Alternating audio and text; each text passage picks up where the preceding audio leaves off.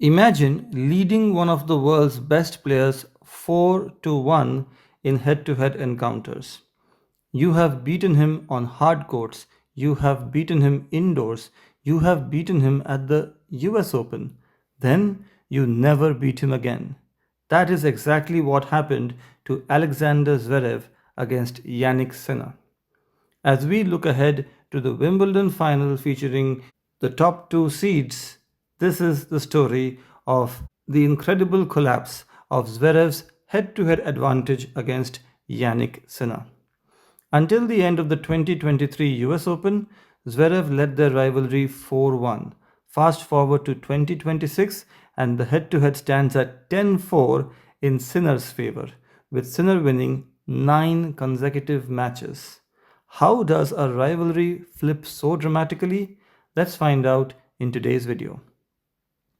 Early in their rivalry, Zverev seemed to have all the answers. He had the bigger serve, he had greater experience, his backhand could match Sinner's.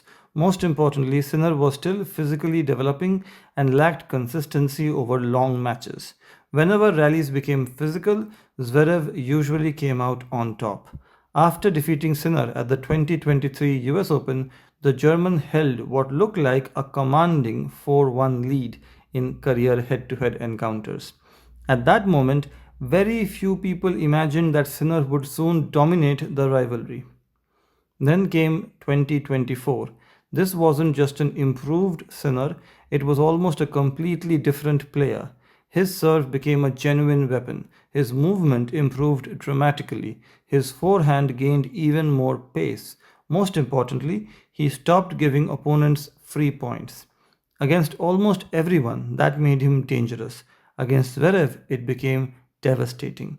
On paper, Zverev has almost everything: a massive first serve, one of the best two handed backhands ever, excellent movement for someone nearly 2 meters tall. But Sinner discovered a pattern. He rushed Zverev relentlessly.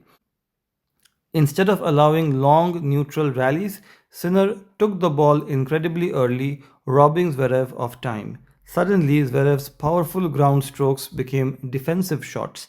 Instead of dictating points, he was reacting. That single tactical shift completely altered the rivalry. Every rivalry eventually becomes psychological, especially in an individual sport like tennis, where the existence in the center of attention can be extremely challenging from a mental standpoint.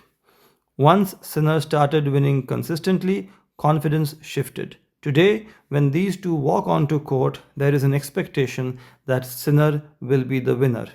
That doesn't mean Zverev isn't capable. It simply means Sinner now believes he has every answer. Confidence compounds in elite sport, especially in individual head to head encounters in sports like tennis.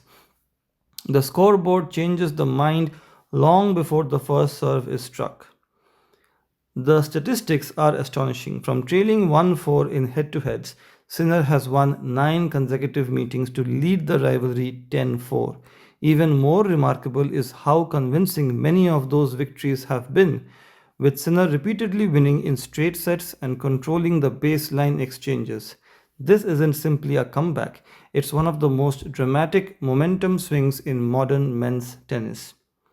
Every great era has defining rivalries: Federer and Nadal, Djokovic and Nadal, Federer and Djokovic. Now perhaps we have Sinner and Zverev. Except this rivalry has taken an extraordinary turn. One player seemed destined to dominate.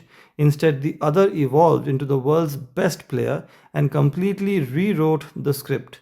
The biggest question now isn't whether Sinner can keep being the winner, it's whether Alexander Zverev can solve the puzzle that has haunted him since 2023.